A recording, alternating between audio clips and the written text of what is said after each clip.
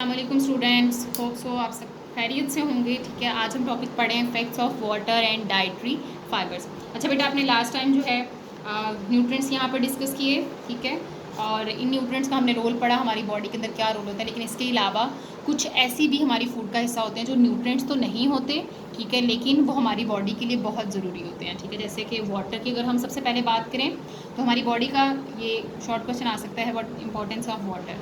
ठीक है, इसका 60% जो है वो हमारी बॉडी का वो वाटर से मिलके बना होता है। इसका सबसे पहला जो है वो फंक्शन, आपने इसको पॉइंट्स दे लेने हैं, ठीक है, इसके पॉइंट्स बना लेने हैं कि जितने भी हमारी बॉडी के अंदर केमिकल रिएक्शंस हो रहे हैं, आपको पता है कि हमारी बॉडी जो है या लिविंग ऑर्गेनिजम्स सर्वाइव करने के लिए बहुत सारे बायोकेमिकल रिएक्शंस कर रहे होते हैं।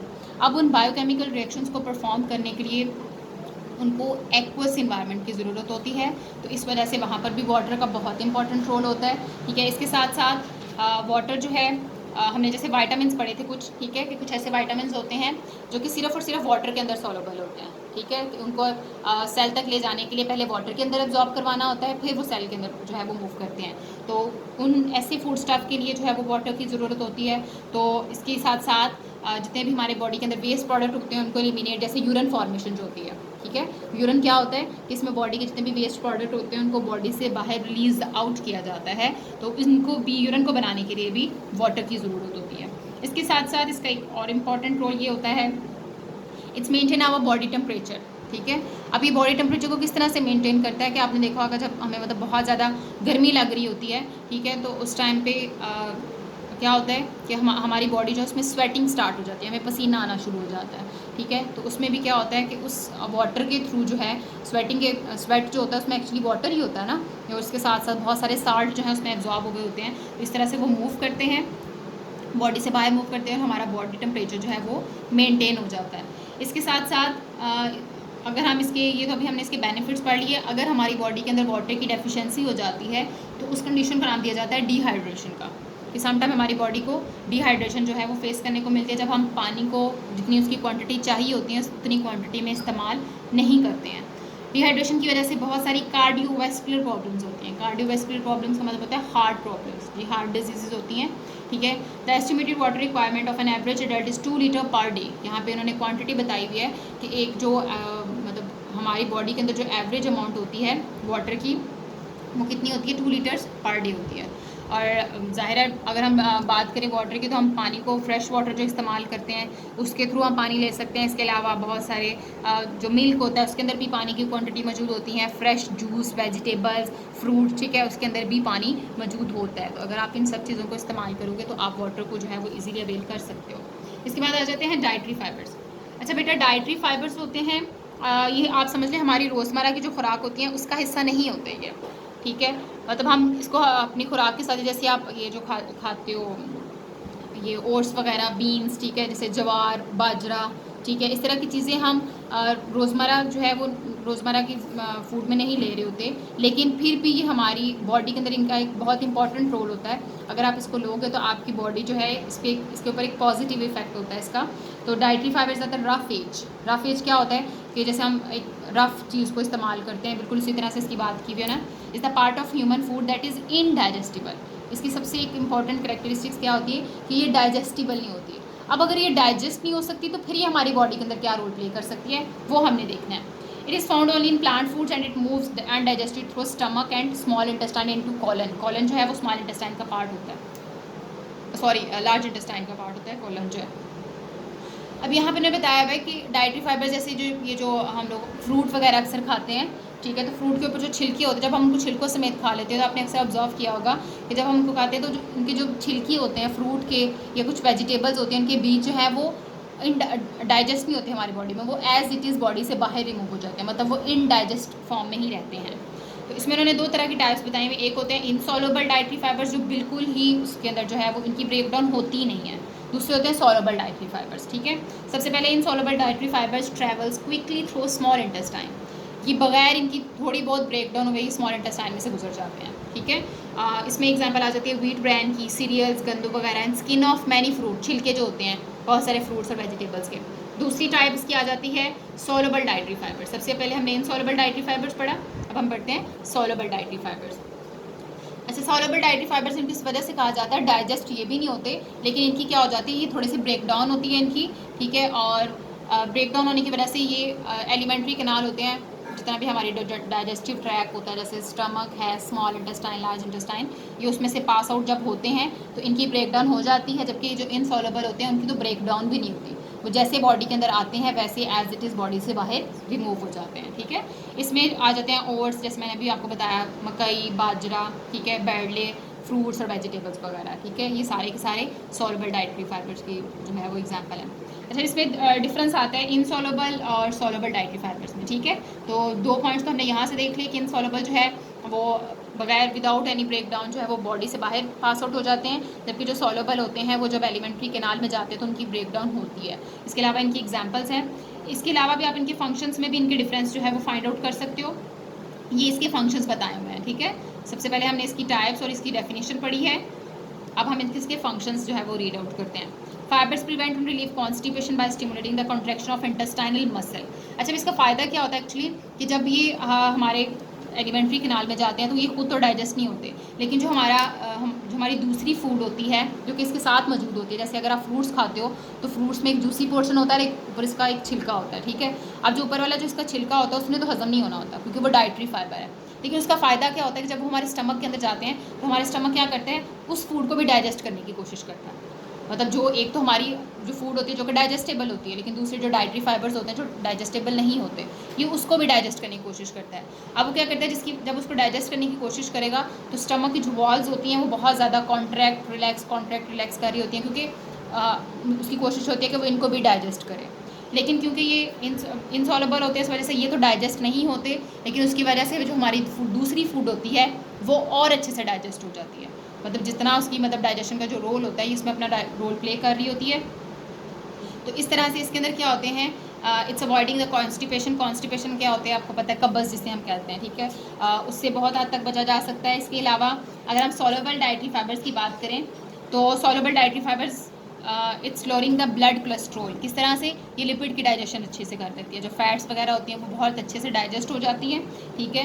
तो जिसकी वजह से हमारी बॉडी के अंदर ब्लड कोलेस्ट्रॉल जो है उसकी क्वांटिटी कम रहती है। और आपको पता है कोलेस्ट्रॉल अगर नहीं होगा तो हमें हमारी बॉडी में इसके बहुत सारे बेनिफिट्स होते हैं, ठीक है। हार्ट डिजीज़ से बचा जा सकता है।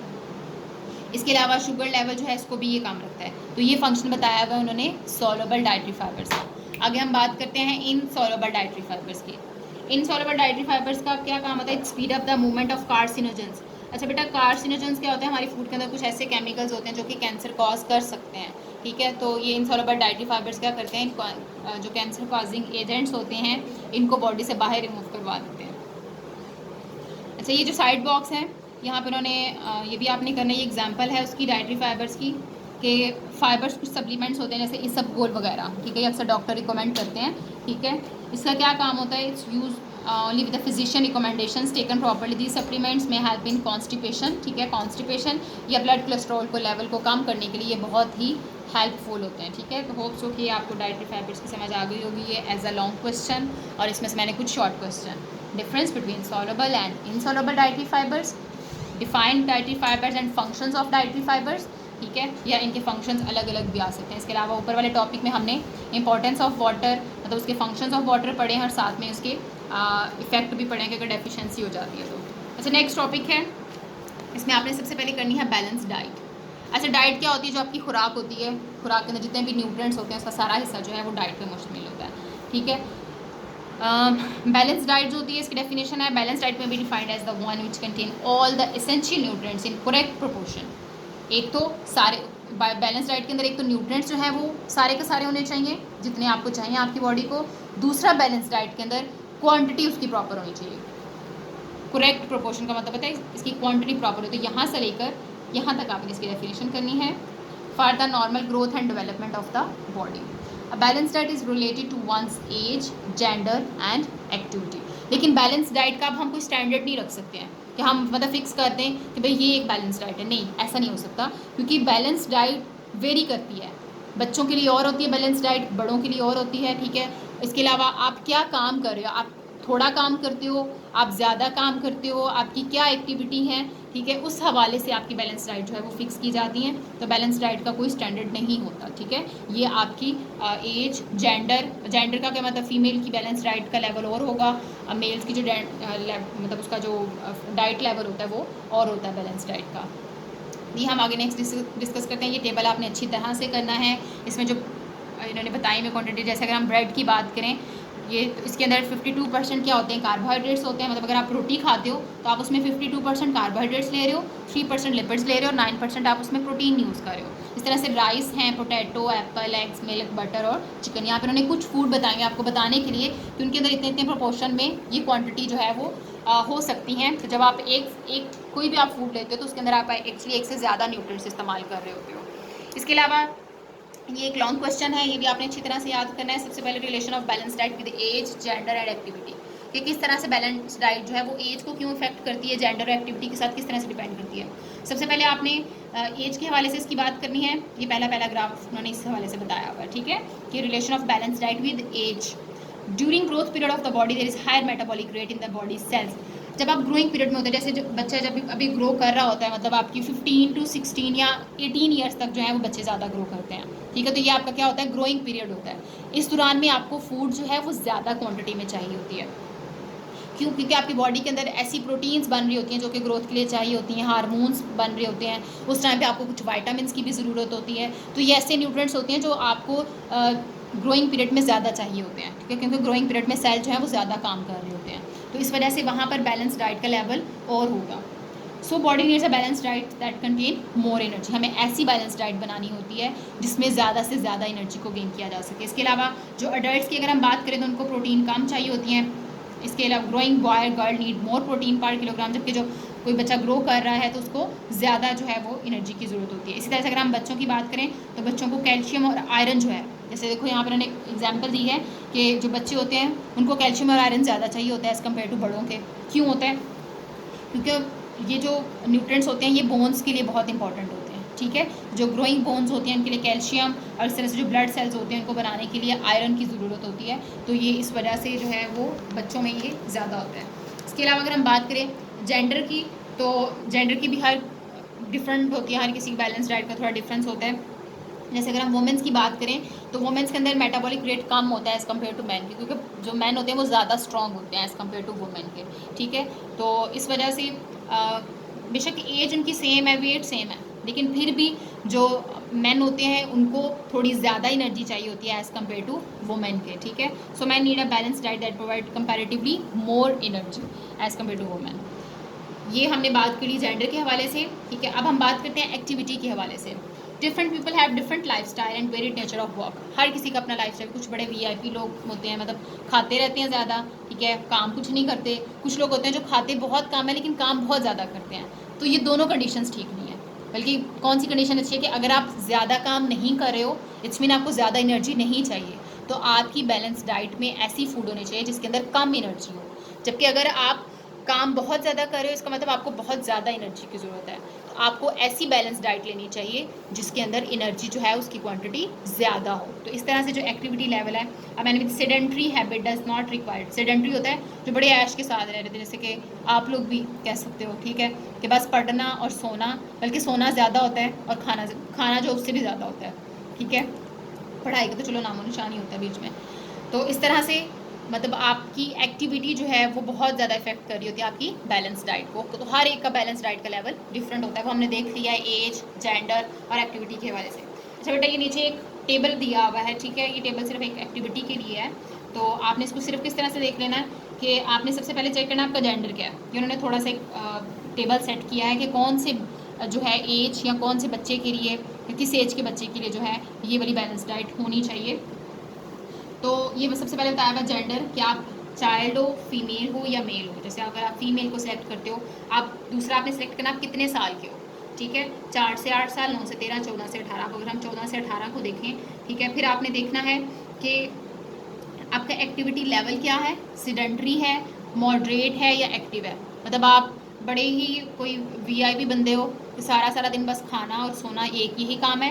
दूसरा मॉडरेटली एक्टिव मतलब आप थोड़ा बहुत काम शाम भी करते हो, जैसे कि पिछले दिनों में तो आप सेडेंट्री लाइफस्टाइल ही फॉलो कर रहे हो, ये जो आप कोविड-19 के दौरान जो अभी आपको वेकेशंस हुई हैं, ठीक है। लेकिन जो मॉडरेटली एक्टिव होते हैं, जैसे आप स्कूल आने जाने में थोड़ा बहुत काम करते हो, और या फिर आप एक्टिव हो, क्या बहुत ज़्यादा काम करते हो, ठीक है। ये आपने सेलेक्ट करना है। अगर आप सेडेंट्री हो तो आपका जो एनर्जी लेवल है वो इतना होना चाहिए, ठीक है। मतलब आप फीमेल हो, आपकी एज 14 से 18 है और आप सेडेंट्री लाइफस्टाइल को फॉलो कर रहे हो, तो आपका एनर्जी लेवल इतना होना चाहिए। मतलब आपको ऐसी फूड चाहिए जिसमें इतनी किलो कैलोरीज हो, ठीक है। तो ये आपकी एक बैलेंस डाइट होगी। लेकिन अगर आप मॉडरेटली एक्टिव हो तो फिर आपका ये होगा।